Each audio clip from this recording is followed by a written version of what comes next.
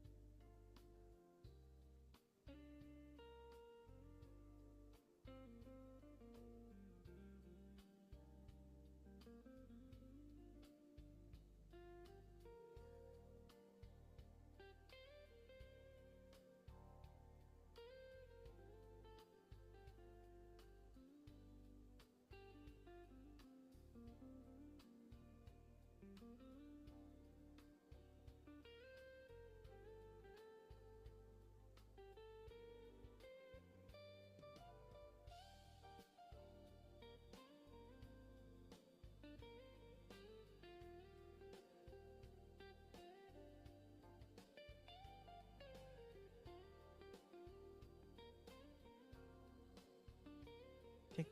Baik. Selamat pagi adik-adik semuanya. Ini yang dari PDK kelas 8 yang mana ya?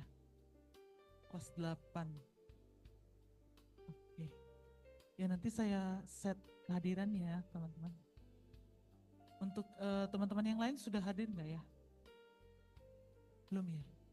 Ya. Untuk dosen pengampunya Bu Endah Kumaladewi dan saya Eugene Darul Masanti Tindawan ya. Oke. Nanti kalau yang kelas 7 nanti di set sama Bu Itri ya. Atau sama Bu Norberta. Terima kasih.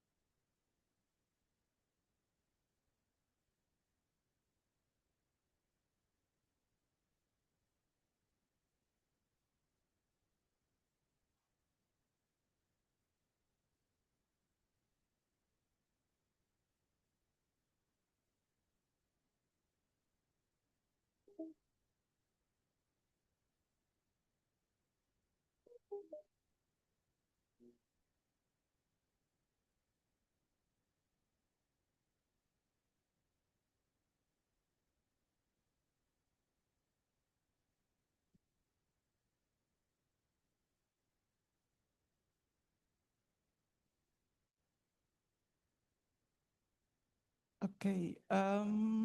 Yeah, we will start the program. Okay. Assalamualaikum warahmatullahi wabarakatuh. Good morning, everyone. Okay. How are you today? Fine. Only fine.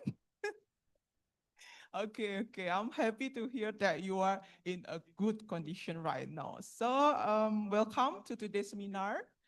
This seminar organized by Faculty of Psychology and actually part of the self and career development subject. So, the theme of the seminar today is about sustainable career, a contemporary perspective. So this topic will give you valuable insights about how to sustain the career in this modern era, especially about how to prepare yourself, how to strategize to face the challenge during this era. So allow me to introduce myself. And I believe some of you guys already know about me during Pendikar, right? So my name is Norberta Falco Firdiani, but you can call me Tata. So today I'll be serving as your moderator for today's program. But before we start our program, I would like to invite our beloved Dean, Prof. Dian Ratna Savitri, SPC, MSE, PhD to deliver welcoming remarks. So everyone, please give a round of applause to our beloved Dean. Thank you. Thank you, Mbak Tata. Assalamualaikum warahmatullahi wabarakatuh. Ya, selamat pagi semuanya. Ya, hari ini we will together join the guest lecture today. So we have our honorable guest from James Cook University, Dr. Sujin Kim, ya, atau Sujin Kim PhD, ya. So we will use English actually for this class. But however, if you want to ask question, maybe you can feel free to use mixed languages. Yeah, if you think you need to do that in English and also in Indonesia or Indonesia mixed with English. So Dr. Sujin Kim is now is our postdoc fellow at the Faculty of Psychology at Undip. Yeah. Uh, she is now teaching, yeah, in James Cook University. So I met her 2 years ago, yeah, in 2023 in James Cook University. and then we contact each other. Yeah. Before 2023, I met her in Griffith University because we have the same supervisor. Yeah, our supervisor. I have a supervisor. His name is Peter Krit, and he is also Dr. Sujin Kim's supervisor. So I visited Griffith University because I have a research program at Griffith and we have a meeting, and then that is the first time I met Dr. Sujin Kim in 2019. And then we contacted each other and then share ideas, and then now we will have like a research collaboration and also joint publication together, yeah. So I think it is a good thing that we can have like international network. She can come here, we can visit her university, and then we can have like joint research, joint collaboration, joint publication, etc. And I think it is a good opportunity for us, yeah. Although for you, this is the first meeting for us, yeah, for this class. Yes, this is the first meeting, and we haven't shared the detail of the classes, but we already start the guest lecturer. I think it's okay because I can share the information about what we are going to do this semester next week. So it's okay. We can manage it next week, but this week we join this guest lecture first.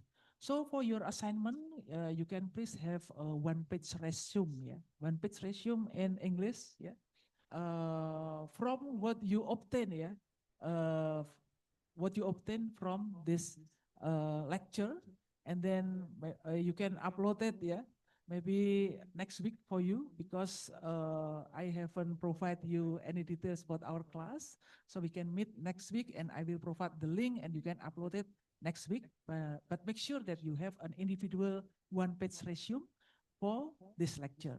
So for other classes who cannot join this guest lecture, we will provide the recording, the video recording, and then they can listen to it, and then they can make one page resume, and so they can also upload it, but maybe in the next 1 week, yeah, it's okay for you. So the most important thing is you can learn how to listen to, you can learn, practice listening comprehension, and then you can, although minimum requirement of the score, the TOEFL score of 450, yeah, for you, yeah, it is not explicitly uh, mentioned when you enter the UNDIP, when you enter Faculty of Psychology. There is no explicit rules that you need to obtain 450, but in this semester you need to try to have a very good English, and then you try to obtain that score so that it will not be a problem for you to listen to a guest lecture in English, or to understand, ya, to read, ya, to have reading comprehension, ya. Meskipun 450 itu tidak tertulis secara eksplisit, ya, ketika Anda masuk Fakultas Psikologi Undip atau masuk Undip, tapi 450 Anda butuhkan untuk bisa memahami literatur, mengikuti kuliah, dan seterusnya. Jadi di semester 1, di pertemuan pertama, saya encourage student di mata kuliah pengembangan diri dan karir untuk coba tes TOEFL udah 450 atau belum. Kalau belum, ya silakan diambil, dites, tidak harus ITP TOEFL, kemudian kalau belum, masih ada waktu untuk meningkatkan. Karena Anda sebagai full time student perlu memiliki skill reading comprehension yang tidak tertulis secara eksplisit, baik di jalur SNBP, SNBT, UM, tidak tertulis secara eksplisit. Ya, jadi proficiency in English, maybe you can try it from now. Ya, saya rasa itu, ya. Nanti kita dengarkan Dr. Sujunkin. We will listen to her lecture for about like 1 hour, and then there will be Q&A, ya. Maybe nggak sampai 1 hour, ya, mungkin 50 minutes is also okay, and then we will use the next session for Q&A, and then feel free to ask as many questions as possible, and then we will finish this class at 11 a.m. Terima kasih. Thank you for Mbak Tata for being a moderator, and then Mbak Eugene. And we have 2 more, lectures, but they have other activities today. Bu Milka and Bu Endah, so they cannot join us. But I think it is a good opportunity ya untuk kita semua ya. Jadi Anda feel free aja, pastikan Anda bisa mencatat ya, meresum ya, one page aja di A4, filenya dikerjakan dulu, nanti saya berikan detailnya di minggu depan ketika saya sudah masuk kelas. Thank you, sekali lagi tepuk tangan semuanya untuk Dr. Sujin Kim dan juga Mbak Tata yang sudah berkenan menjadi moderator. Assalamualaikum warahmatullahi wabarakatuh. Okay, thank you very much, Prof. Viti, for your warm and inspiring welcoming remark. So today, before we proceed to the main sessions, we will take a photo together. So please, Prof. Fitri, or from here. Okay. So Mas Amin, please help us to take a photo together.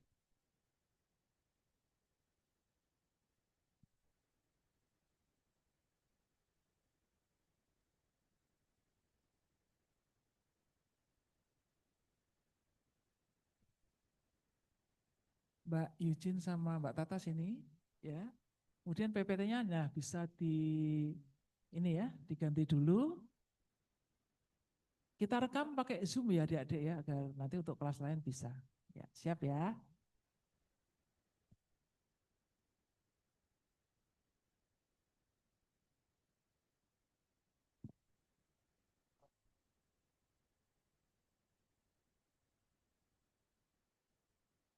Ya, senyum semuanya ya, Udip Jaya gini. Can you do this? The Udip Jaya style? Ya, Udip Jaya style ya.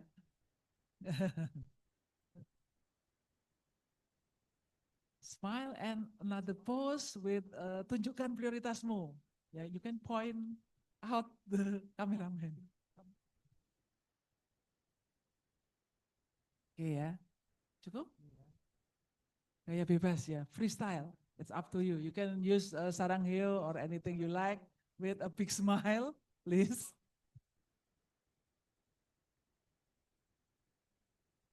Iya, terima kasih. Oke, terima kasih.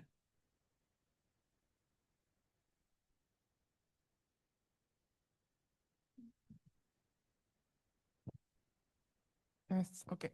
Thank you, Mas Amin, for your help. So now it's my honor to introduce our distinguished speaker. Yeah. Okay, please allow me to read a brief biography or CV of our distinguished speaker, as you can see on the screen. So Dr. Sujin Kim now serves as a postdoctoral fellow at Faculty of Psychology, Universitas Diponegoro, and as a lecturer at James Cook University. She graduated from Bachelor of Arts from Ehwa Women's University in 2010, then continue her master's degree and graduate in counseling psychology at Ehwa Women's University, the same university, in 2014, and continue his doctoral degree in Grief, Australia, and graduate in 2022. So her research interest is about career development, so aligned with our topic today, and vocational psychology, positive psychology, and applied psychology. So everyone, please join me in welcoming our distinguished speaker, Dr. Sujin Kim. Please give your applause. Okay.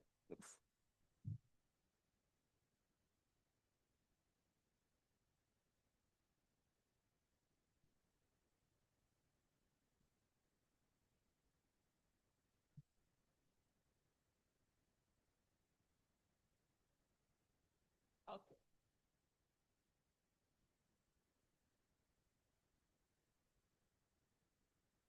So thank you for inviting me today, and very, very pleased to meet you all. So my name is Sujin, as our team introduced.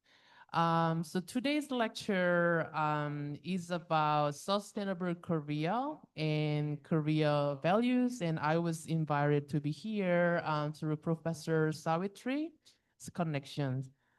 So can you please click on present? Present, yes, please, yes.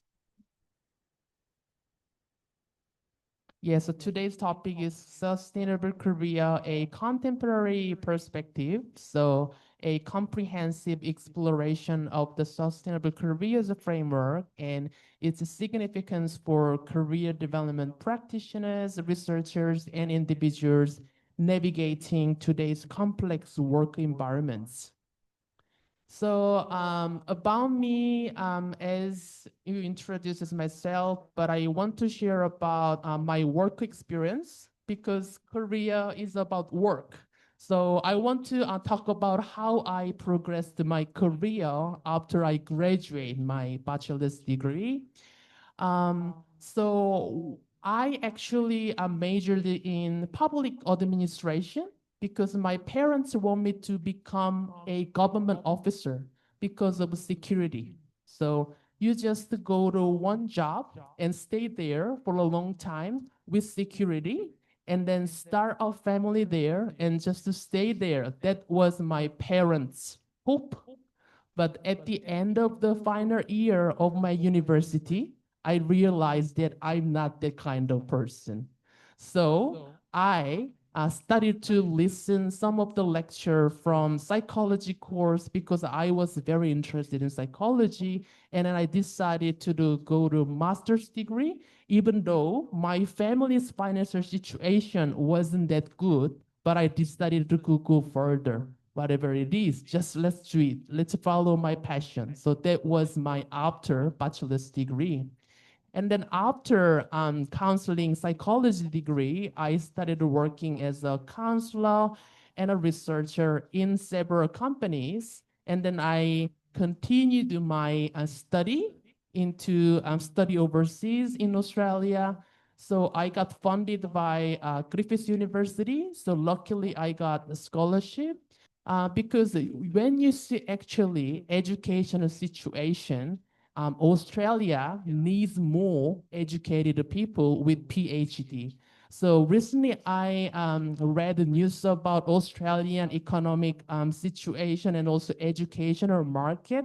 They need more PhD candidate or PhD graduate around the 10,000 people.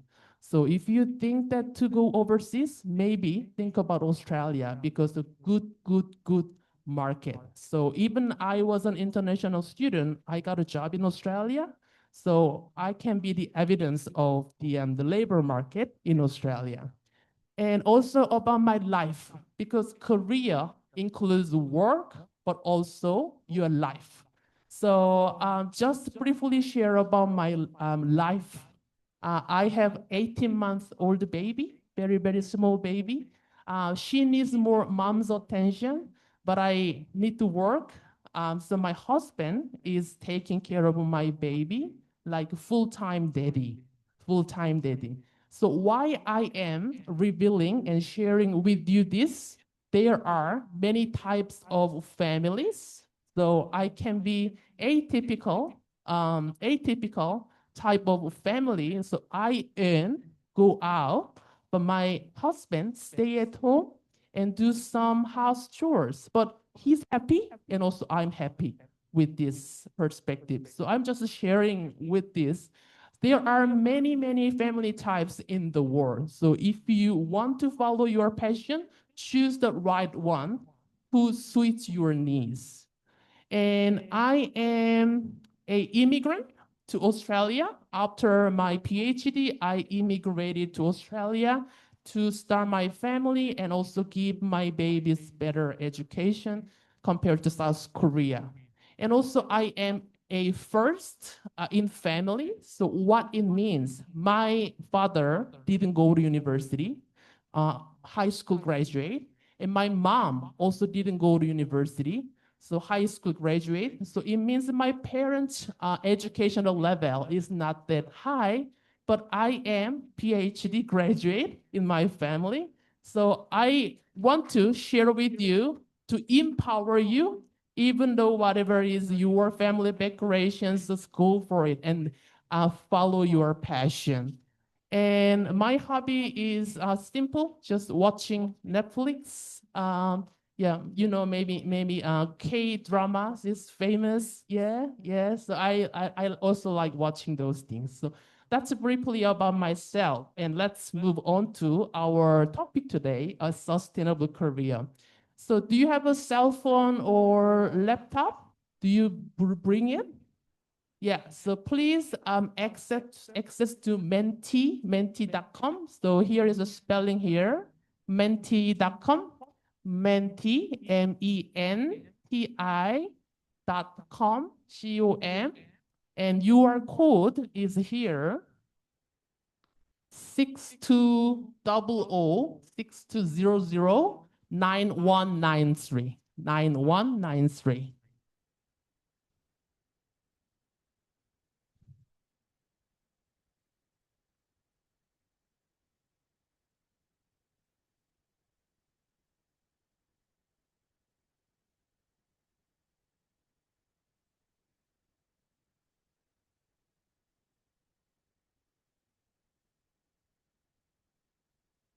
So menti.com, menti.com, com, and your code is 6200 9193.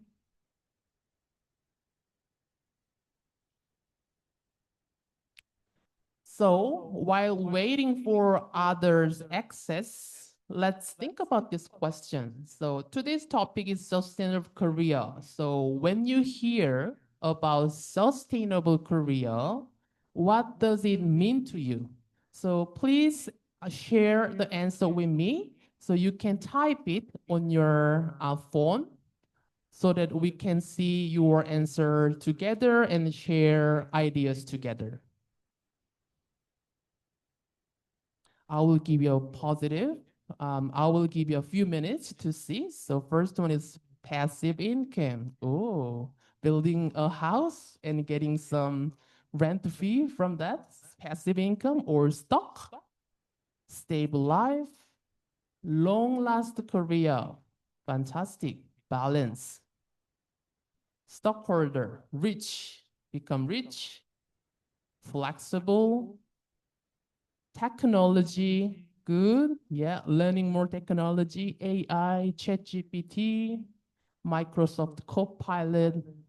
That's newly emergent softwares that we are using for our workplace.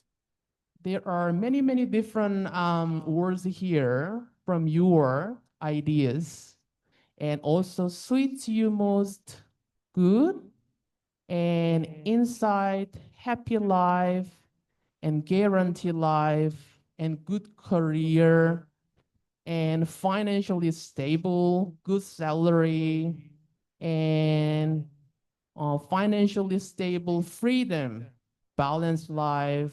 There are many things coming up. Good, good.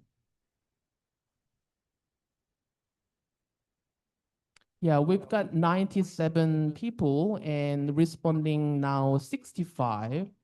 And there are many different answers from here. So that's how we call subjective, being subjective. So when you actually listen to the specific word, everybody perceive differently, subjectively. So when you hear about the word sustainable Korea, there are many variation here. But I can see maybe sustainable Korea in our group, financially stable and having freedom and life balance is very important to have a sustainable career in your concept. Fantastic. So I will move on to the next slide, a little bit touch on a bit of academic source for this sustainable career, how other researchers define or find out about the sustainable career. Okay, so let's talk about this emergence of the sustainable career. So the environment we live and work in is rapidly changing and often unpredictable. So think about 2019, we experienced COVID-19, and we all felt how deeply it affected our daily lives. And then look at the rise of artificial intelligence like ChatGPT, for example, has changed the way we work. So instead of asking colleagues, So when we are not sure about something, I myself often tend to ChatGPT first. So ask ChatGPT first and see whether the information is accurate and informative. But we can't actually rely on it completely. Also, AI makes some mistakes and it sometimes provides inaccurate information, which means we always need to double check. And these environmental changes also influence the labor market. So they affect the way we make career choices and even the way we make decisions about education. So you may have seen news articles during the COVID period reporting that training institution made a significant profits. Why? Because when the environment is unstable, people tend to invest in developing their skills via institution, like training institution. So this kind of instability forces us to reflect. So will I still be able to do the work I'm doing now in the future? So is this really sustainable?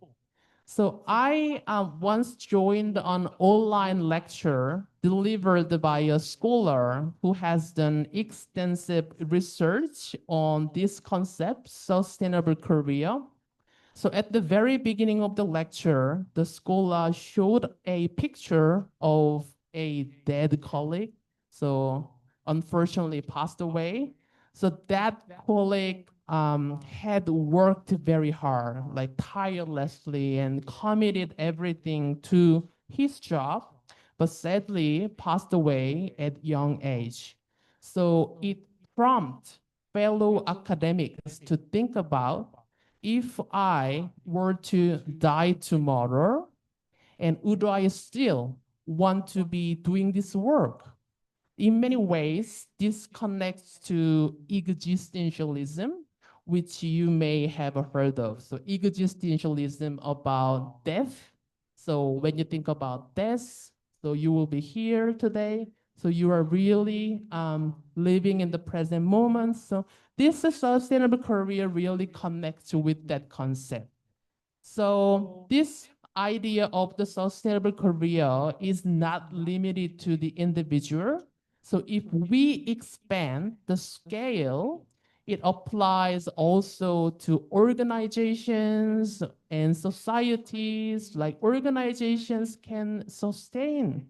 It makes us question. So the society is sustainable.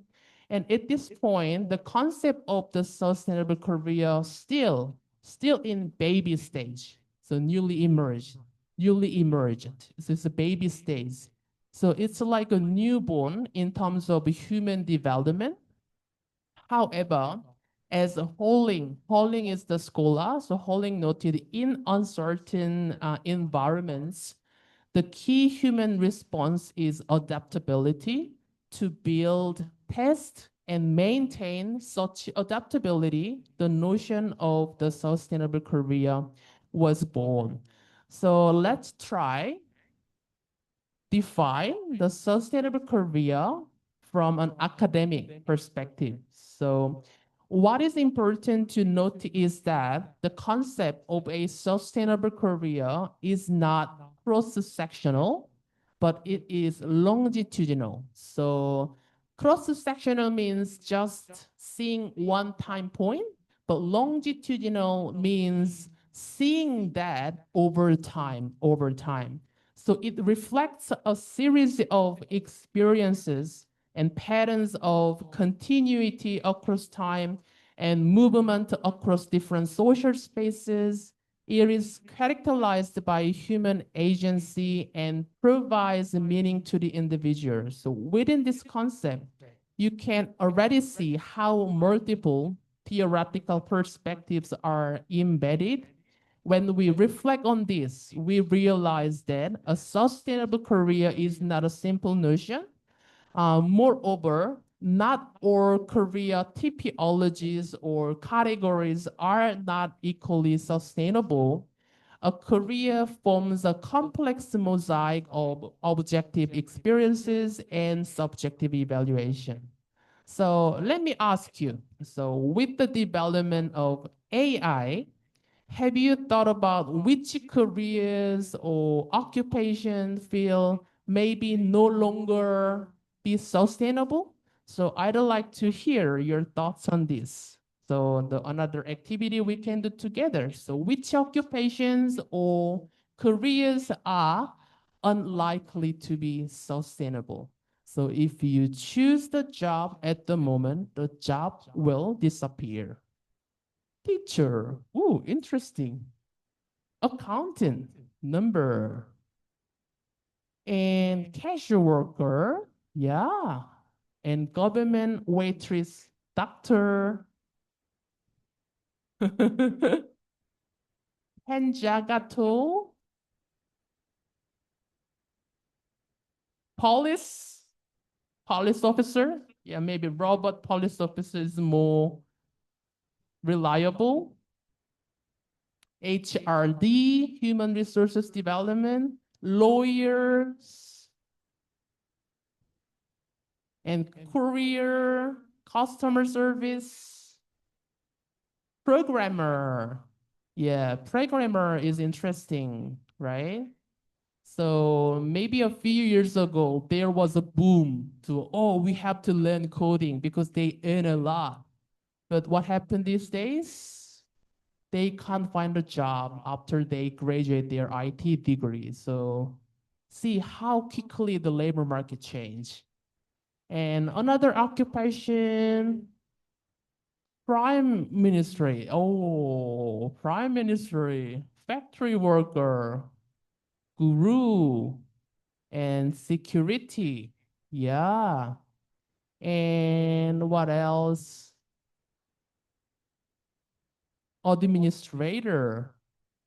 But in the middle, there is the number of students responded to the same thing. So in the center, we can see definitely waitress. So yeah, there are some restaurants already using that robot waiter or waitress and cashier and teacher. Teacher is actually interesting because I've seen some articles about teacher, but teacher's role also a bit of connection with a child or a student, but still you think that maybe teacher's role can be replaced with AI. Interesting. All right. Good, good. So I want to bring a reliable source from Australia. So which job or which occupation actually can be replaced by AI? But in this report, actually they use the word augmentation. Augmentation. So it means that enhancement with AI rather than the replacement. So I will move on to the next slide. So as I told you, this table comes from Jobs and Skills Australia, and it shows how artificial intelligence is expected to affect jobs.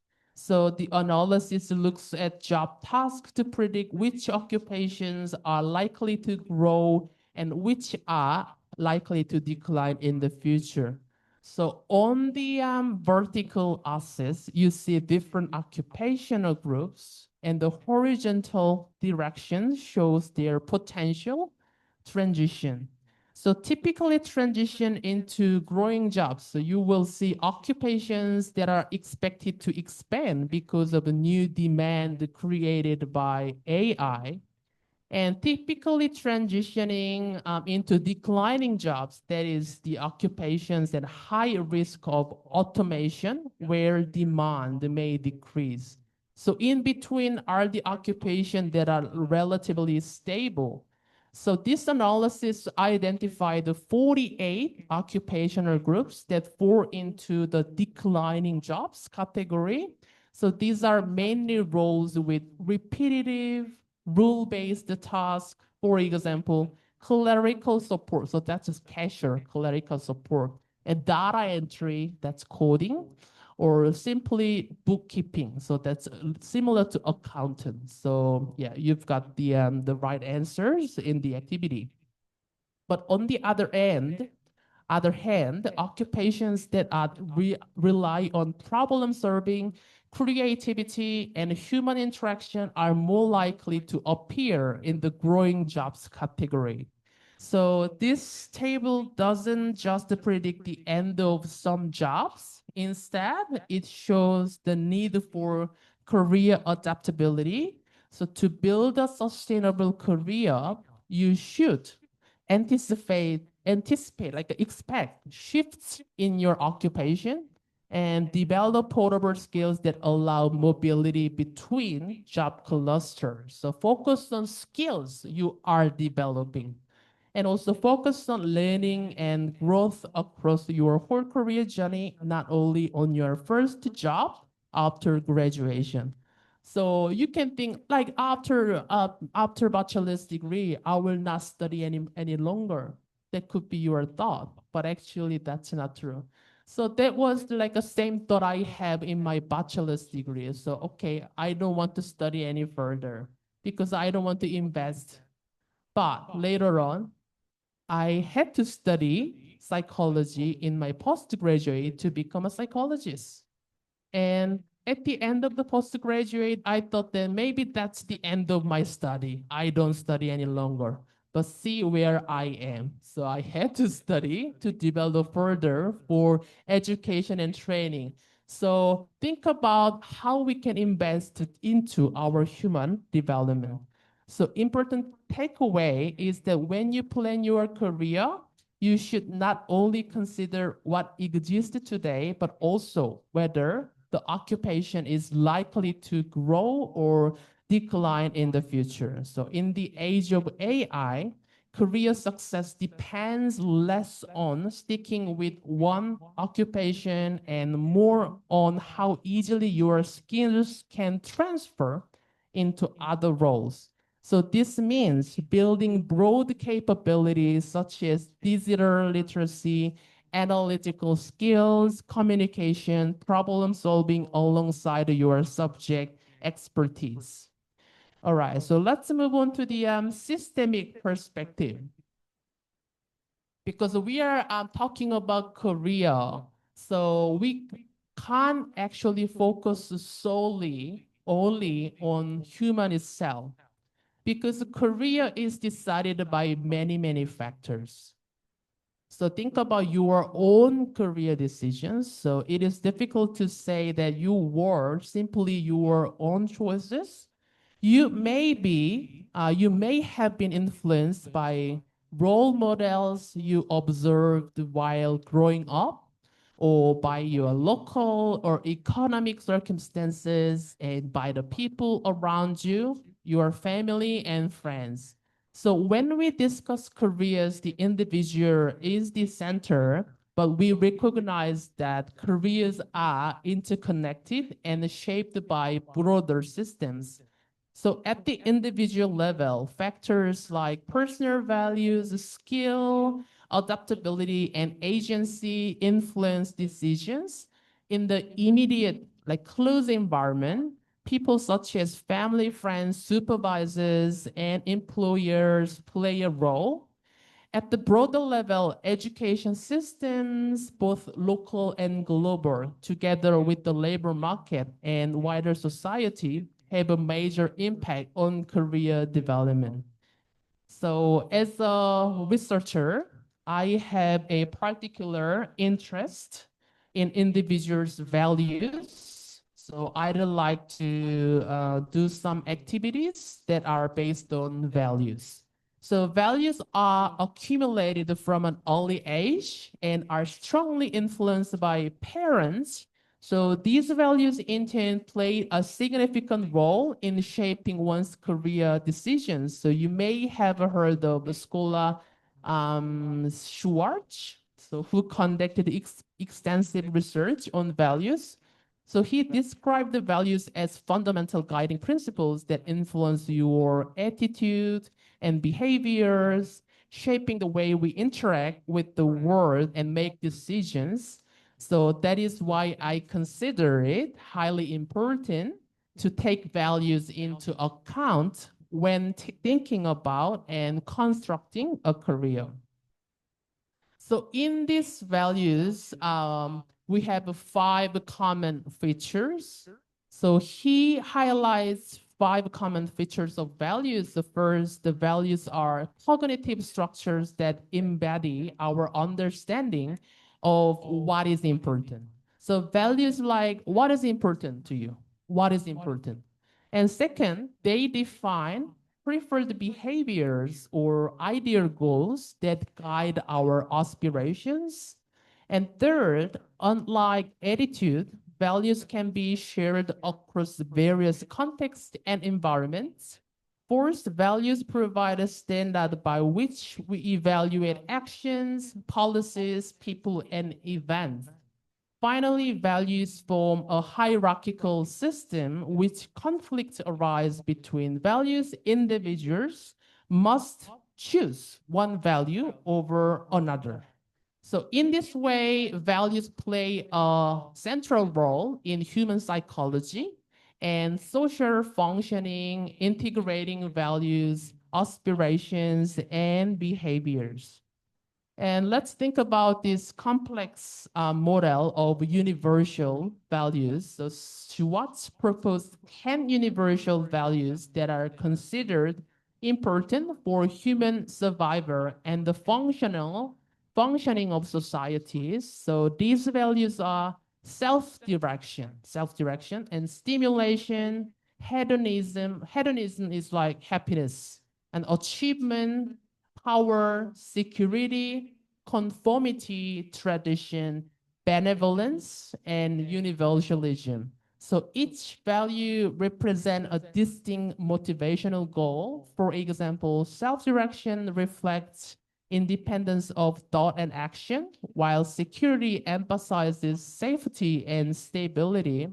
Importantly, these values are not isolated, they are interrelated within a circular structure where pursuing one value may complement or conflict with another. For example, achievement may conflict with benevolence, while benevolence aligns closely with universalism. By recognizing these universal values, we can better understand how individuals prioritize their goals, resolve value conflicts, and make career and life decisions. So let's do another example. So as I explained earlier, when these values come into conflict, so you often need to choose one over the other. So this is why it is important to what your priorities are. So I'd like you explore this through an activity together. So there are 10 values here proposed by Stewart. So think about these 10 values. So what is the most important value in your life? So 10th value, and think about your own values and prioritize what is the first most important in your life or your career decision. First one is achievement. Good. And second is security. So we've got strong 2 values. Oh, interesting. It's going up, self-direction. So number 10 is hedonism. So hedonism is like happiness. So whether you're happy, you're satisfied, but still we've got achievement number 1. Good. And second is conformity. Yeah, following the rule. So that's interesting, especially maybe in Australian student. If I do this activity, maybe conformity would be not the second rank actually. So I can see the difference here. And number 3 is self-direction, and number 4 is power, and number 5 is security, and number 6 universalism, and number 7 stimulation, and number 8 is benevolence, and number 9 is hedonism, And number 10 is tradition. So we've got here like a hierarchy of the values in deciding your life and career. And I will move on to the next activity then. So as I told you, the values is internal thing, so your personal value, but think about your career decision. So actually, what are the factors that influence your career decision? Was it your parents, your family members, or role model, or your education system, or classroom teacher, or Indonesian context, or so what can be the factors actually influence your career decision? Is it geographical factors? So think about those factors. Passion, interesting. Family is in the middle. Mom, yes. Myself, financial, good. Yeah, I can see the Korean there. Thank you. And education and relevance, yep, and skills. Indonesian government. So sometimes like government decided to fund some student based on their policy direction. And actually that funds attract students to study to specific major or discipline. Yeah, we've got 60, 87, 50, 57, 88 students answers here. So I can see you are clearly passionate about your study you are doing. Good. And also, yeah, we can think of our career apart from our family. So we have to decide, also we have to consider the family factor as well in deciding our career. And there are some other things. So, but I can see still we've got a lot of family influence in deciding our career.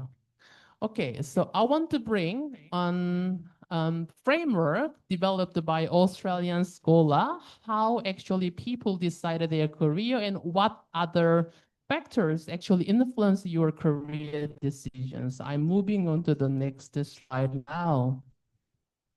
So this is a little bit small, but when you have a look at closely, there are some timeline here, so past, present, future, but in the middle, individual here, and there are some other factors like peers, families, and media. So maybe media, that is a big influence in deciding your career. And what else? In individuals, there are several things like belief and skill and age and your education, but still outside, there are other factors to be considered.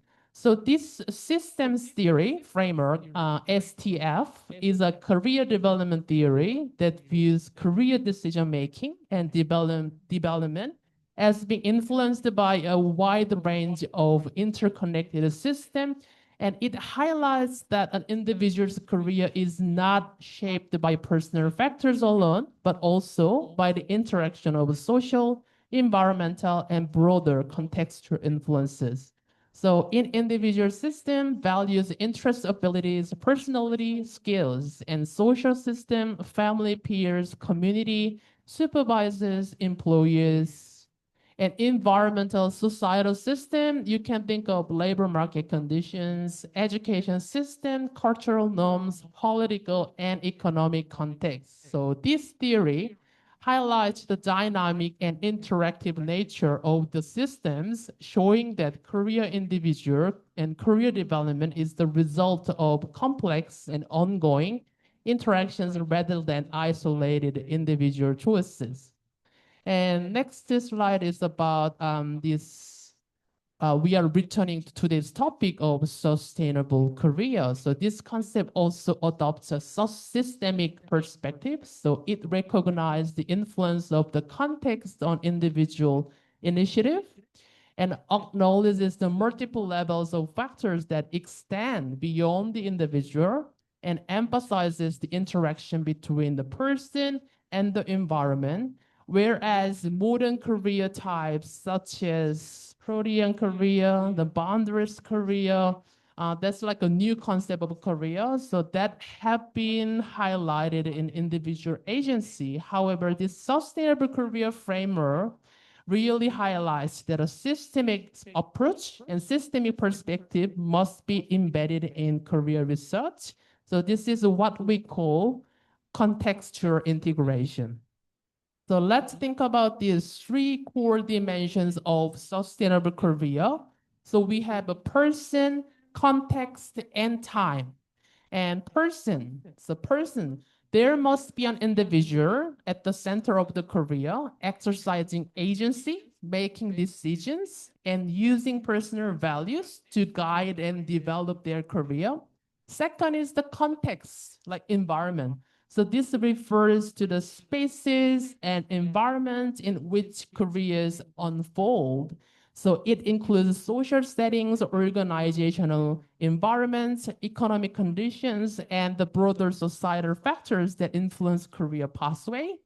And last thing is time. So this is a defining feature of sustainable careers. So careers evolve over time through changes, turning points, and different life and career stages in which prioritizes may shift.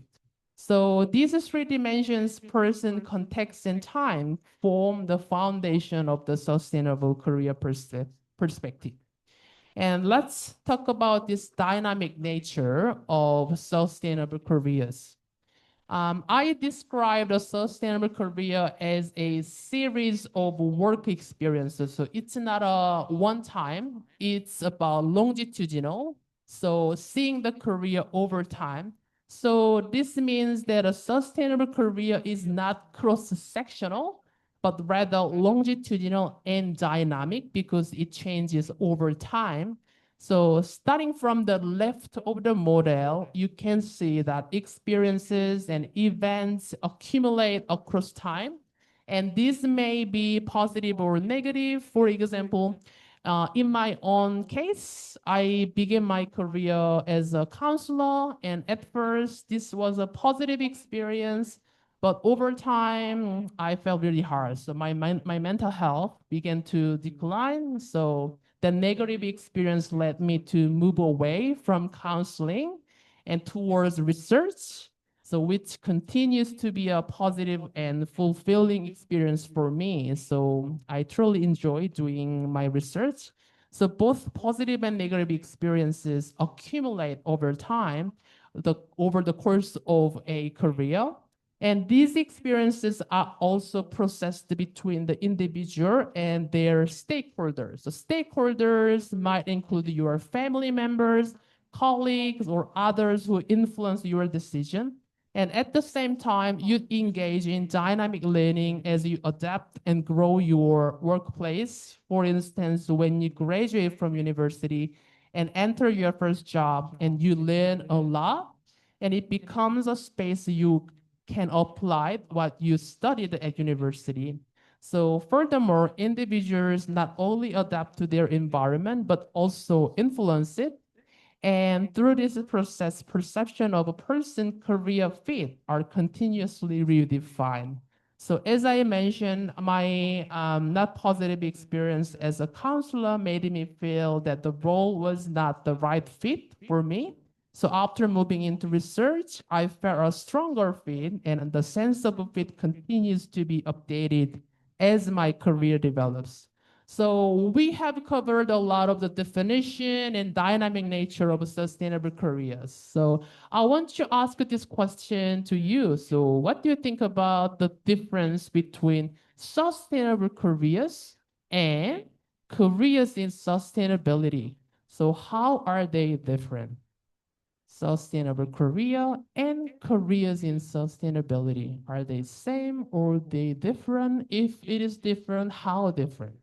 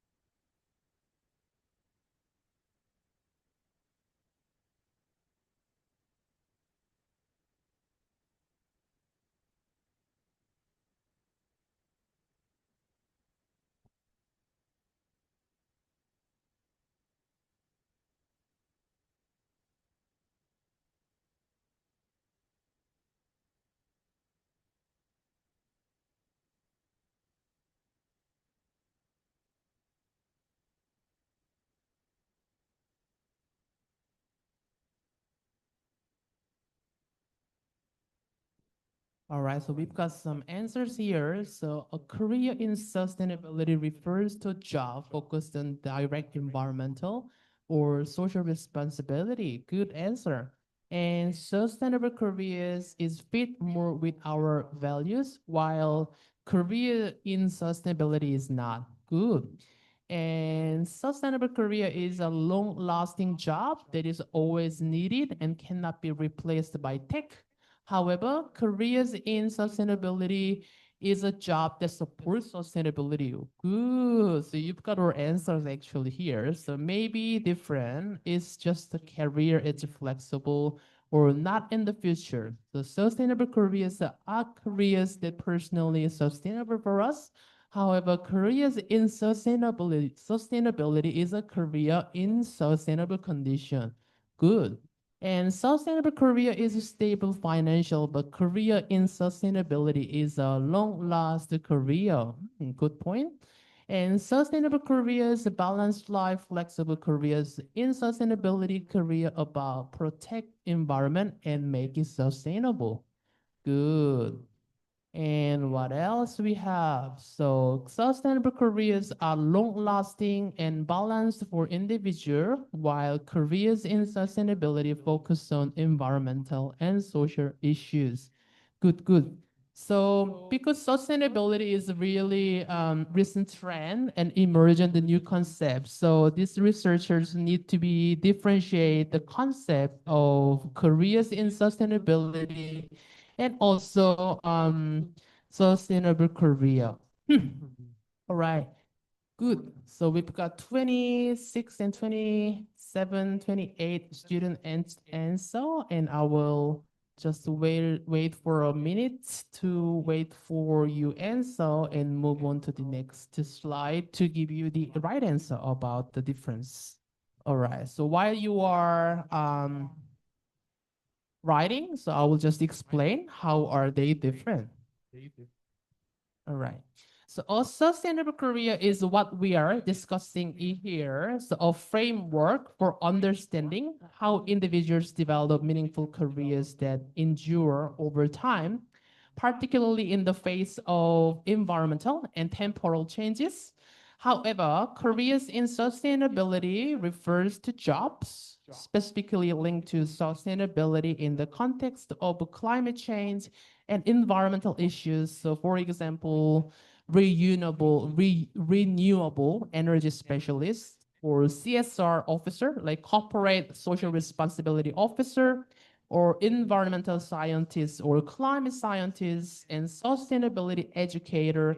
So the important point is that in both cases, sustainability remains in the central concept.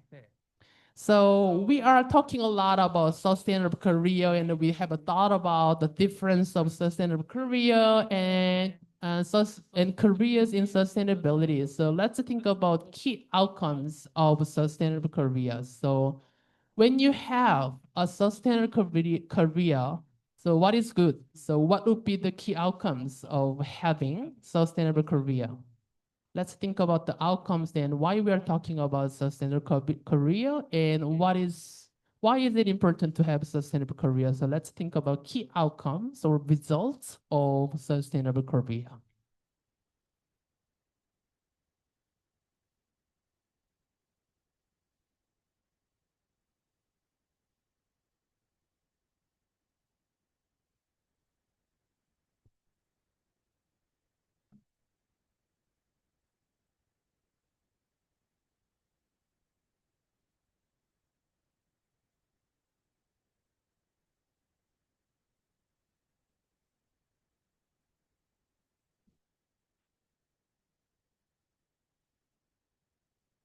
Okay, so in the middle, happy, happy, happy. So if you have a sustainable career, you think that you are likely to be happy, happiness, or success, or work-life balance, balanced life, and more family time, and passion, and values, fulfillment, and a secure and prospect career, financially stable, great income. But I can see in the middle, in the center, happiness is a really big thing to have a sustainable career. And let's think about from organizational perspective. So if a employee has a sustainable career, so what is good for organizations? If an employee work there for a longer time and stay there and has sustainable career, so what is good for organization? Can you think of the outcome from the perspective? What is good for company? So individual perspective, maybe, yeah, happy. But from organizational perspective, what is good to have a sustainable career? Anyone wants to share? Mm-hmm.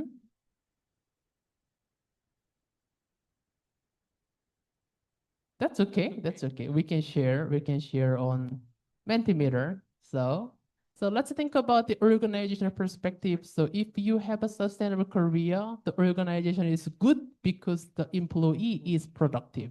So actually, when the organization employee a new person, there are so many things happen. You need to teach the employee about portals and website and the culture and policy and administration things. But once actually you are very adapted to the environment already, then you are likely to be more productive. So that is a good thing for organization. So let's think about that perspective together. So these are the good outcomes or key outcomes in sustainable careers. So we have the three categories here. So health, happiness, and productivity.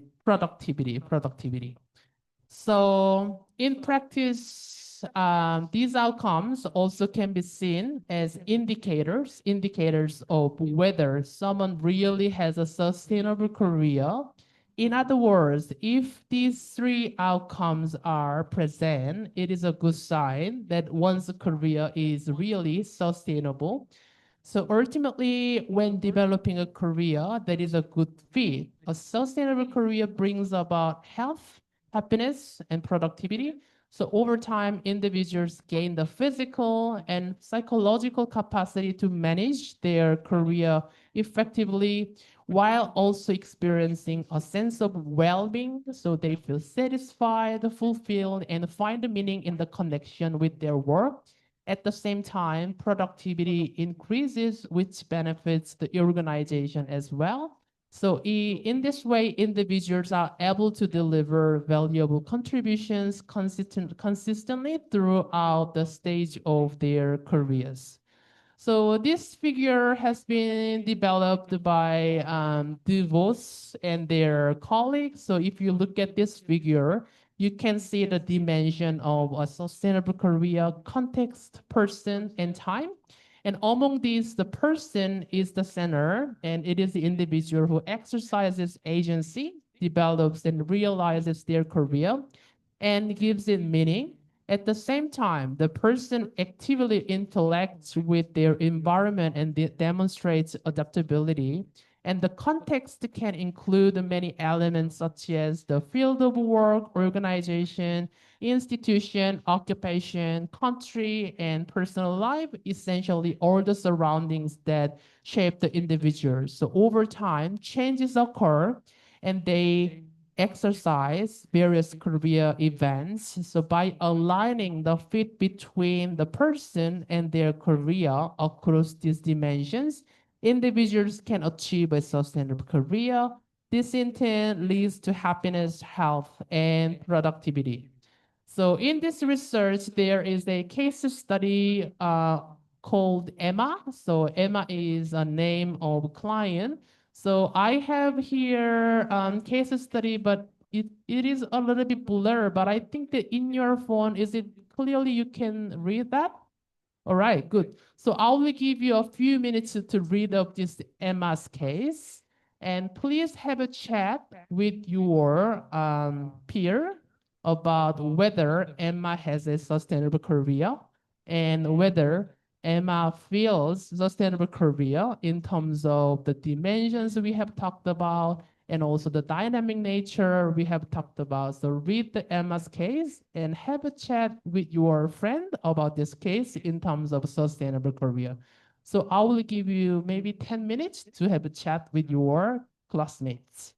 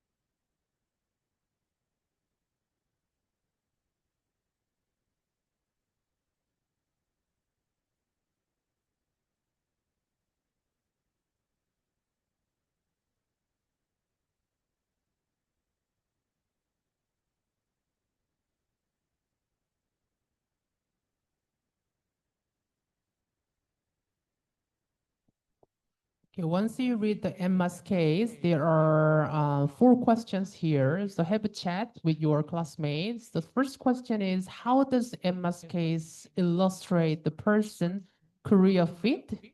And second is, how do these reflect the system's perspective in sustainable careers?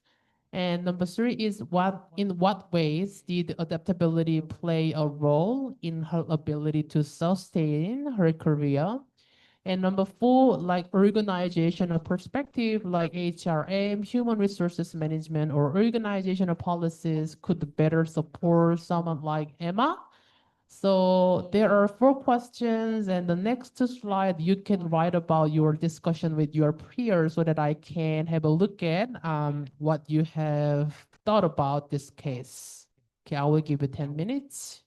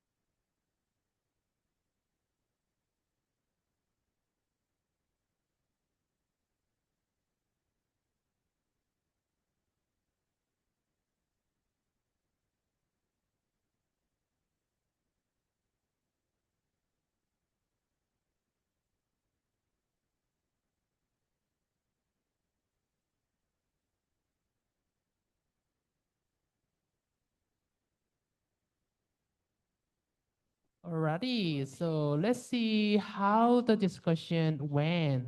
So the first discussion comment I've got here, work and sustainability is actually good, but for some people, it's hard to balancing their life with their job. For Emma's case, we learned that we should know our capability to have a balanced life. That's right. That's right. So it's really tricky to have your plan in your life and career. So for Emma's case, initially it was good, like promoting fast and being a manager. But later on, that fast track gave a burden to Emma, actually, not having the sustainable career. But at the end, Emma got some support from husband and supervisor. So still like adjusting and negotiating. So that's Emma's case. So good discussion I've received here. And also in the middle, this case illustrates the concept of the person career fit because she took a job that suited her passion and expertise. That's right. So the passion is also important. So the passion makes the person to continue their career in their life. And the other comments I've got, Emma can adapt quickly so she can get her promotion earlier. Yes, right? And number one, by working hard, she got promoted very fast, so she can have a good career. That's good. So we've got 26, 28 students answers here. So well done, well done. So uh, I will share this discussion board once I finish my lecture, so with faculty, so that you can receive this lecture and they keep the record with you. So we've got only 5 minutes left, so I will just keep moving on to the next slide to finish it off. So let's talk about the application of sustainable career. So this concept can be applied when designing HRM, human resources management policies. So sustainable career concepts can be applied the policy by supporting employee well-being, providing continuous learning opportunities, and enabling flexible work arrangement like working from home or time flexibility, and creating pathways for career mobility and person career fit. And as an example, another example, we can apply this concept to aging and motivation. So as people age, their needs, values, and capacity change. So a sustainable career perspective recognize that motivation is not static. So it may decline in some areas, but increase in others, depending on health, family roles, or work environment. So HR and human resource management policies can support older workers by offering flexible roles, continuous training, and meaningful work so that their careers remain sustainable across different life stages. And let's think about learning agility. So that is the ability to quickly learn from experiences and apply that learning in new or unfamiliar situations. So in the context of sustainable careers, it means that individuals who can adapt, unlearn, and relearn are more likely to maintain employability and well-being over time. So even as the work environments and demands change, and also we can apply this concept to employability. So employability refers to a person's ability to gain, maintain, and when necessary, transitioning into employment. So it goes beyond just having a job. It is about having the skills, knowledge, adaptability, and networks that enable someone to remain attractive in the labor market over time. So in the sustainable career perspective, employability is seen as dynamic. So it develops through learning, experiences, and interaction between the individual and their environment. So we can also apply this concept to particular groups. For example, often heard the discussion about women's career and career interruptions. So women's lives, like men's life, change a lot before and after marriage, or when they have a child with positive and negative experiences. However, it remains true that in many societies, with the burden of childcare still falls more heavily on women. So this framework can also be applied to people with disabilities. For this group, the question of how to balance work and life while sustaining a career is especially important. So this is the last slide for key takeaway today. So a sustainable career model can be understood as an integrated model that takes a balanced perspective. So it considers both individual and organizational needs. In particular, productivity is the aspect that organizations tend to focus on, while individuals seek to develop a career that provides them with satisfaction over time. So at present, many scholars have contributed to the development of this model. So it offers a framework for understanding how individuals can navigate complex work environments while maintaining meaning, happiness, and productivity throughout their careers. So I want you to think about your own career in terms of a sustainable career, because your career is very early stage. So think about whether your career you have chosen is really sustainable. Thinking about your family plan, also your original family, like a parent. Some people need to a little bit delay their career because of like serving their parents, that kind of things. There are some things happens in our life, but we can't actually predict. We can predict those changes. The key thing of this concept is to be adaptable. So be positive, be adaptable, and having that adaptability makes you have the sustainable career. So this is the reference I use for this presentation, and this is for Q&A. So I will hand over to our moderator for this Q&A. Yes.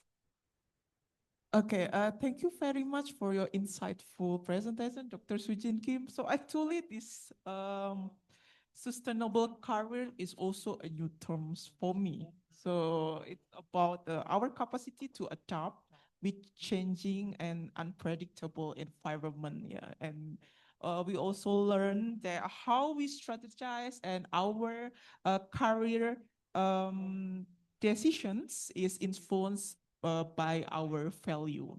So right now, I will open the floor for a question and answer. So guys, if you have a question, please raise your hand and introduce yourself briefly. Anyone? Okay. I will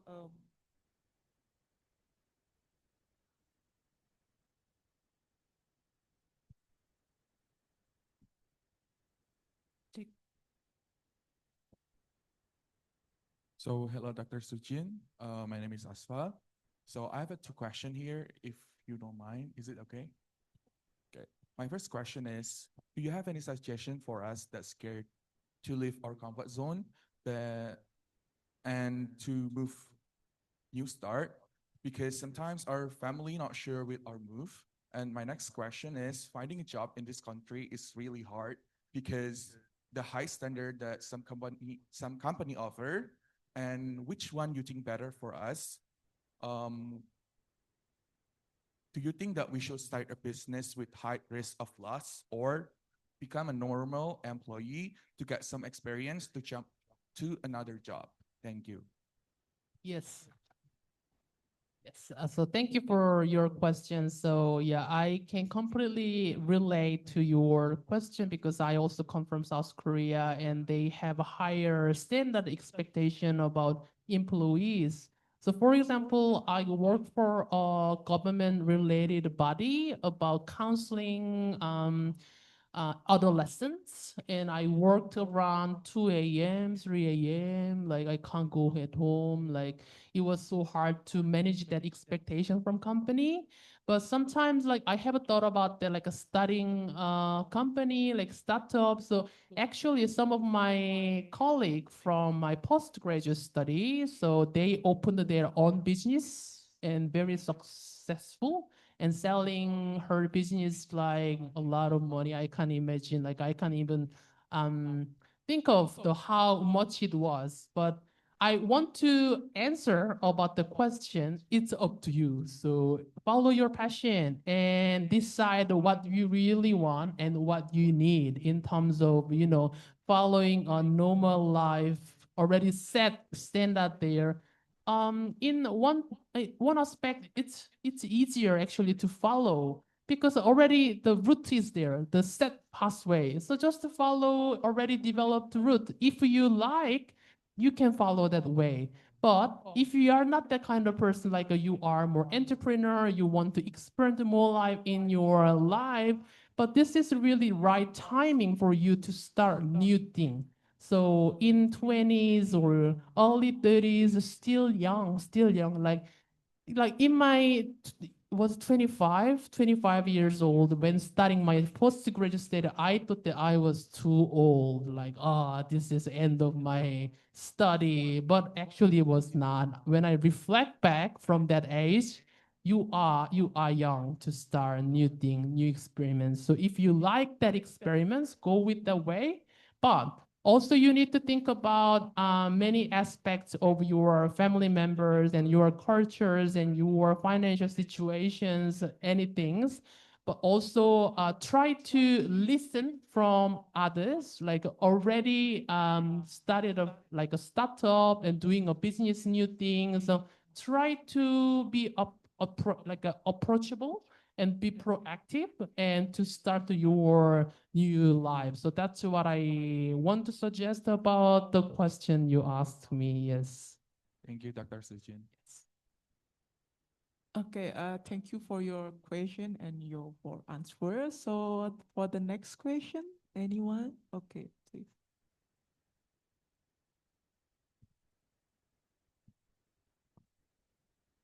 Good morning, doctor. My name is Grady Fahana. So earlier you mentioned adaptability a lot. So I want to ask, what should we do to adapt quickly so that we can be more open to change, especially when we start our career in the future? Thank you. Yeah. So thank you so much for your questions. Yes. So what does that mean of being adaptable? It's really, hard to explain in verbal thing, but when I think about being adaptable is a little bit about like a change of your behavior. So when you compare of the behavior people, so some people like stay there not moving and only thinking because this kind of person takes more time to react or act. But the other type of person, maybe like instinct or quick decision and move fast. So from my understanding is having adaptability is moving fast. So if you have that like instinct or if you have the decision over your mind, just try to action. So that's what I understood about adaptability. Like think about your goals, like actionable goals. So make that goal into reality. You need to action. So that's what I mean by adaptability. Thank you. Yes. Okay, thank you. I think anyone want to ask again? Yes.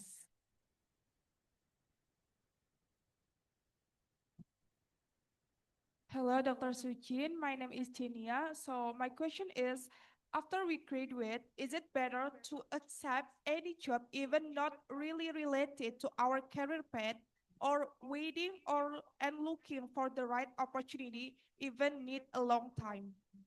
Thank you. Thank you for your question. So I had that question for a long time because for me, because I shared with you, I come from not a rich family, so I actually didn't have time to wait for the right position. So I quickly moved to the small company, a small research company, but I was being tortured by the company. It was so hard. The owner was mentally broken person. I don't want to share with this. This is just keep confidential. But anyway, the boss was really bad. So I kind of feel like I spent there maybe 6 months in that company, and I moved to a bigger company to have a better opportunity. But for my case, I don't regret to actually go to that small company because that was a part of experience. So like seeing that fit, okay, I don't maybe fit well with this small company. I want more structure in the bigger company. So with these experiences, whether it is positive or negative, so quickly moving into job and having like opportunity, and who knows, with that experience can expand your opportunity. So but I've seen some people like for example, my friend, she spent 2 years in the condition of unemployment. So after graduation, it's like a no job and just a study and preparation of a big company. So at the end, she got a successful job. You may know the telecom company in South Korea. That's a big company. So she got a job there after 2 years, and she still works for the company. So I can say it is not I can't say which one is the better way of doing, but always we need to think about our condition itself and just adapt to yourself to that condition. So probably, not probably, definitely you will find a way that suits you. So that's what my answer. Okay, thank Okay, thank you. Thank you everyone for your lively participation. But unfortunately, due to the time limitation, we have to move the next session. So the next session is as our appreciation for your presentation. We have a present for you, and I would like to invite our beloved Dean, Prof. Vitri, to deliver the presents.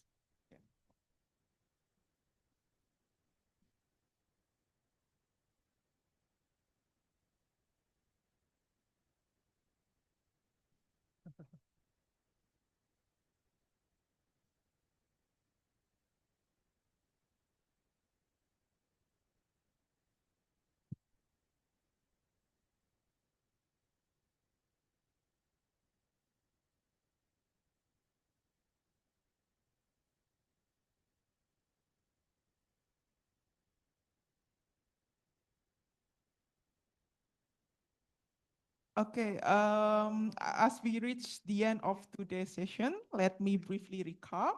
So we have gained meaningful perspective on sustainable careers, a contemporary perspective, and learn how sustainability in career development can be approached from the various dimensions that we have learned today. So on behalf of the organizing committee, I would like to express our gratitude to Dr. Sujin Kim. Thank you so much for your inspiring talk, and to all participants for your active engagement today throughout the session. So with that, I officially close today's sessions. Thank you very much, and wassalamualaikum warahmatullahi wabarakatuh. See you on the next agenda.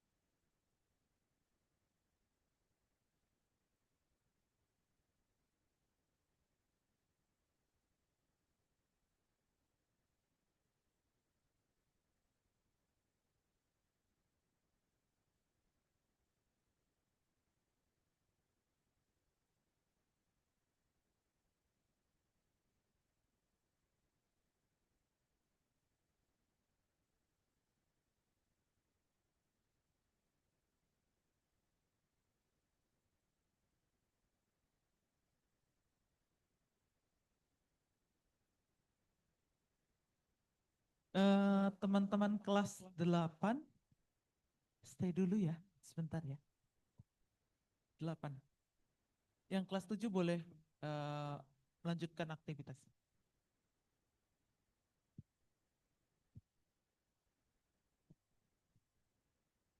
Kita mau milih kormat dulu ya. Ya, ada yang mau sukarela nggak kelas 8? Oke.